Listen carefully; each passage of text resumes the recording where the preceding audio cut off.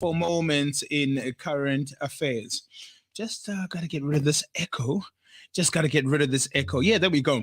All right, let's get straight into it. Some of the things we need to catch up on. It is hump day, middle of the week.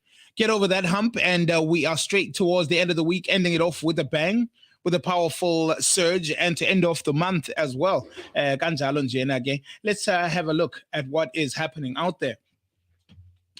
So, Antonio Banderas thinks having a heart attack was one of the best things that ever happened to him. The 62-year-old actor suffered a heart attack 6 years ago, and Antonio Banderas believes that it helped change his life for the better. The Mask of Zorro star, who was born in Malaga in Spain, explained to the Radio Times magazine that, and I quote, "I had a heart attack 6 years ago. It probably was one of the best things that happened in my life. It was like putting glasses on and seeing what was important. I came back to Spain and started looking at my professional life from a different point of view, so I do connect to it in a personal way. I think it's a beautiful message, and I think it was done properly." I end the quote there. So, Antonio, who quit smoking after his heart attack, shared that he was lucky, after all, because a heart attack can kill you just like this. In a way, it's one of the best things that happened to him in his life. He also explained that his girlfriend gave him aspirin when he started to experience the symptoms.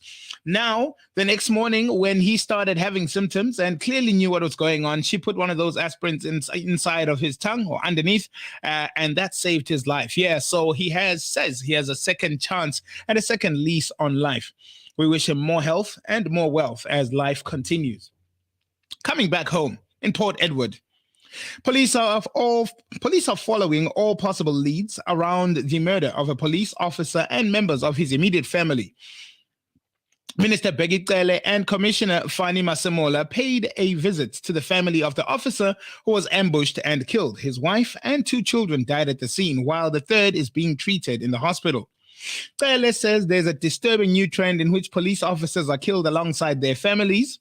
When police die, they either die in the field or are targeted by criminals. But this is a new phenomenon where criminals wipe out the entire family, the minister said. We were briefed and have put Hawks on a special team together, and they have hit the ground running. Taylor called for swift arrest of the suspects.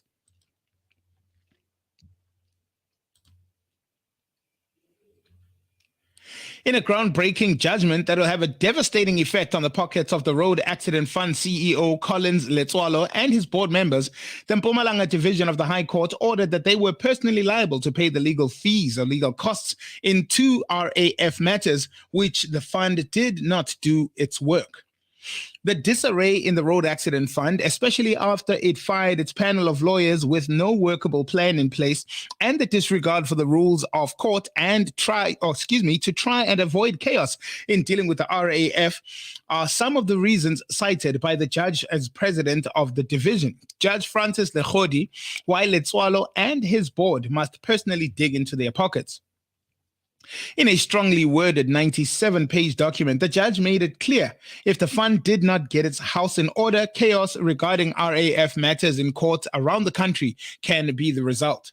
The court made a de bonis propris cost order against them, which is normally made when the court is satisfied that there has been serious degree of negligence by a party. This is made to mark the court's displeasure. While it is not clear how much Letswalo and his board will have to pay, some legal experts estimate it's hundreds of thousands, if not millions of rands. 17 now towards 10, and we are still in moments on current affairs. The Democratic Alliance is going ahead with its electricity crisis march today, January the 25th, to the ANC's headquarters, Luthuli House, despite the ANC Youth League's warning against it. It was on yesterday afternoon in 2014 that South Africa's second biggest party marched to the governing party's headquarters in Johannesburg. Police stopped the march on Marshall and Rissik Street, saying it was too dangerous for them to continue. Minutes later, a group of people wearing ANC regalia ran towards the DA marchers, forcing the police to fire stun grenades at them.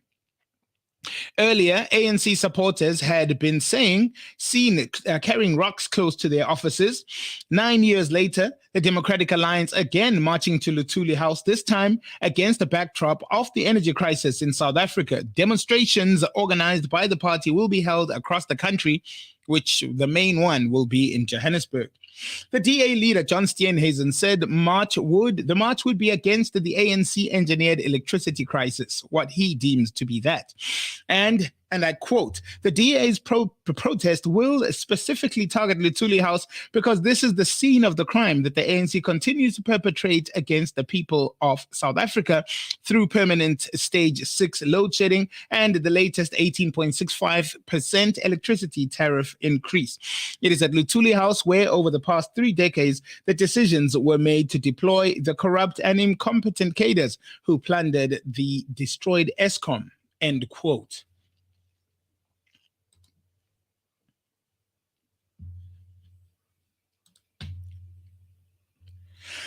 At about 11:30 p.m. on Monday, the park's operations room staff received information about suspected poachers operating in the park's marine protected near Glencairn. This as Table Mountain Ranger is attacked as 6 alleged abalone poachers were arrested.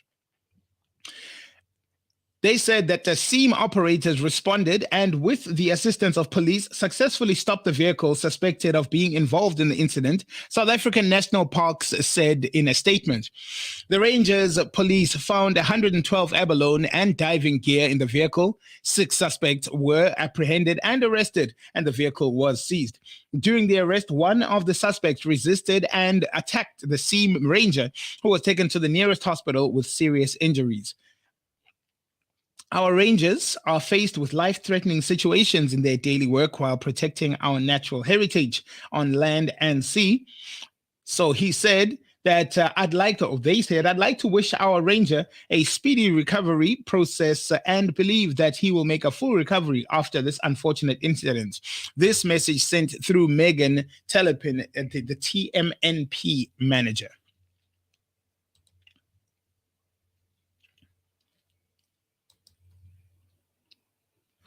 In a stunning change of fortune, Free State ANC chairperson contender Sisi Ntombela went from hero to zero in a matter of 24 hours, going from losing 306 votes for the provincial chairperson position to just 19 votes in a failed bid to get into the provincial executive committee. It is not clear where the horse trading occurred behind the scenes. The political future of the Free State Premier Sisi Ntombela hangs in the balance following her failed bid to nab the powerful position of ANC provincial chairperson. Ntombela went head-to-head for the hotly contested position with Mxolisi Mdugwana, whom she appointed as Cooperative Governance MEC in October 2021. The duo also led the Interim Provincial Committee, the IPC, for 2 years. Ntombela received 306 votes, while Dugwana received 40 more votes than her, which totaled 346, after 657 delegates cast their votes at the Imvelo Safari Lodge in Bloemfontein at the weekend. The delays leading up to the 9th provincial conference, owing to protests, violence, and threats of litigation, saw the province fail to conclude its tasks by Sunday, particularly the voting and nominations of the 30 additional members of the Provincial Executive Committee, whose results were only announced on Monday.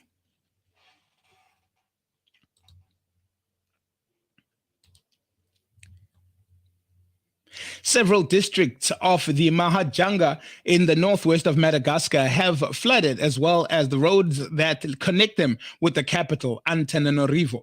Cyclone Chineso continues to hit the island with more than 15,000 people affected to date. One person says, I left my house because it was destroyed by the strong winds of the cyclone. The house tilted, so I ran away. My house was totally destroyed. Another said, all our things got wet, but we had to put them up high.